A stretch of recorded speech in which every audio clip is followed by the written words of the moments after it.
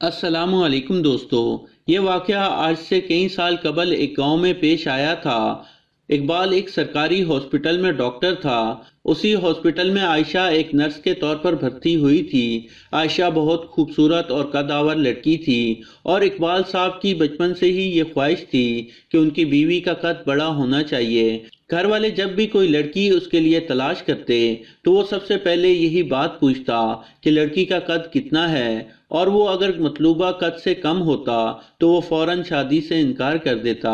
پہلی نظر میں ہی وہ عائشہ کا دیوانہ ہو چکا تھا اور اس سے دوستی کرنے کی کوشش کرنے لگا۔ عائشہ نے بھی یہ سوچ کر اس سے ملنا شروع کر دیا کہ اقبال ایک ڈاکٹر ہے، مگر اس کا خاندان کسی گاؤں میں رہتا تھا، اس لیے عائشہ کو اقبال سے تھوڑی گھن آتی تھی۔ جب اقبال اپنی حرکتوں سے باز نہ آیا تو ایک دن عائشہ نے کہا، ہمارے ہاں عورت کا کسی غیر مرد سے ملنا اچھا نہیں سمجھا جاتا، اس لیے آپ مجھے تنگ نہ کیا کریں۔ مگر اقبال نے کہا کہ میں اس بارے میں سنجیدہ ہوں اور میں آپ سے شادی کرنا چاہتا ہوں۔ عائشہ نے اپنی امی سے اس بارے میں بات کی اور پھر اقبال نے بھی گھر والوں کو اس لڑکی کے بارے میں بتایا کہ مجھے اس سے شادی کرنی ہے۔ ایک ہفتے بعد ان کی منگنی طے پا گئی۔ منگنی کے بعد اقبال نے اپنی منگیتر کے ساتھ فارغ وقت میں گھومنا پھرنا شروع کر دیا۔ وقت گزرتا گیا۔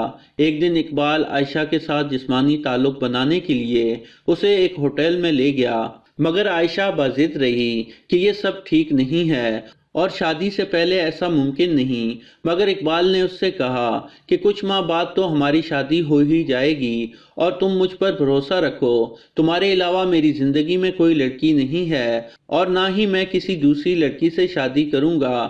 شادی سے پہلے ان کے درمیان جسمانی تعلق قائم ہو گیا۔ یہ سلسلہ ایک لمبے عرصے تک چلتا رہا۔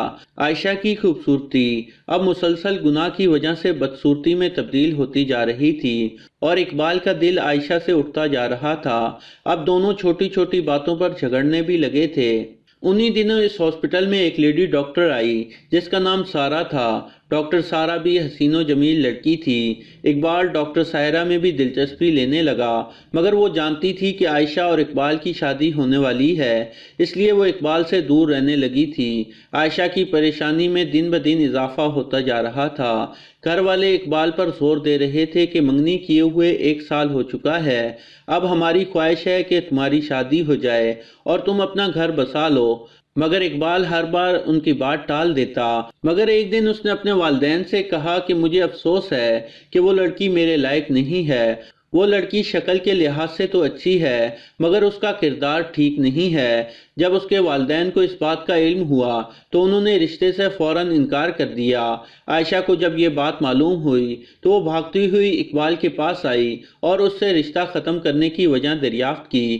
اقبال نے کہا کہ میں ایک ڈاکٹر ہوں جبکہ تم ایک نرس ہو، مجھے اپنے معیار کی لڑکی سے شادی کرنی ہے جو کہ ڈاکٹر سارہ کی شکل میں اب مجھے مل چکی ہے۔ یہ بات سن کر عائشہ نے رو کر کہا کہ تم نے مجھے اتنا عرصہ اندھیرے میں رکھا اور مجھے استعمال کرتے رہے تو اس کا حساب کون دے گا؟ اقبال نے کہا، اگر میں نے تمہیں استعمال کیا ہے تو تم نے بھی میرا استعمال ضرور کیا ہے۔ میں نے تمہیں مہنگے زیورات خرید کر دیے اور تم سے جسمانی تعلق قائم کرنے کے بعد میں اس نتیجے پر پہنچا ہوں کہ تم ایک اچھی پارٹنر ہرگز نہیں ہو۔ اقبال نے عائشہ کو چھوڑ کر لیڈی ڈاکٹر کو اپنانے کا فیصلہ کر لیا۔ جب عائشہ کو پتہ چلا کہ اقبال نے اسے کوڑا سمجھ کر کوڑے دان میں پھینک دیا ہے تو اس نے بدلہ لینے کا فیصلہ کیا۔ اس نے اقبال سے کہا کہ میں اس بات کو مانتی ہوں کہ میں آپ کے لائق بالکل نہیں، مگر میں آپ سے بے حد پیار کرتی ہوں۔ میری یہ خواہش ہے کہ تم آخری بار مجھے اپنے گاؤں کی فلاں حویلی میں ملو۔ اقبال نے کہا کہ ہم کسی مہنگے ہوٹل میں مل لیتے ہیں، مگر عائشہ بضد رہی۔ حوث کے پجاری نے جب یہ بات سنی تو سوچا یہ موقع بھی ضائع نہیں کرنا چاہیے۔ اگلے ہی دن وہ بن سور کر اس جگہ پہنچا تو عائشہ پہلے سے ہی اس کا انتظار کر رہی تھی اور دل میں منصوبہ بنا چکی تھی۔ پھر اقبال جیسے ہی عائشہ کے قریب ہوا اور عائشہ سے زنا کرنے لگا تو عائشہ نے تکیے کے نیچے سے ایک خنجر نکالا اور اقبال کا نفس کاٹ ڈالا۔ اقبال خون میں لت پت ہو چکا تھا۔ اسے ہاسپٹل منتقل کیا گیا اور عائشہ کو پولیس پکڑ کر لے گئی۔ اقبال کی جان تو بچ گئی مگر اب وہ زندگی بھر کے لیے نامرد بن چکا تھا۔ برے کام کا نتیجہ ہمیشہ برا ہی نکلتا ہے۔ حلال کام کو چھوڑ کر دونوں نے حرام کام اپنایا اور دونوں کو اپنے کیے کی سزا مل گئی۔ عائشہ اب جیل کی سلاخوں کے پیچھے زندگی گزار رہی ہے اور اقبال نامرد ہونے کی وجہ سے ساری زندگی شادی نہیں کر سکتا۔ عورت کو اگر اس کا ہونے والا شوہر کوئی ایسی بات کہہ دے جو ہمارے مذہب اسلام میں جائز نہیں تو کسی صورت عورت کو وہ بات نہیں ماننا چاہیے۔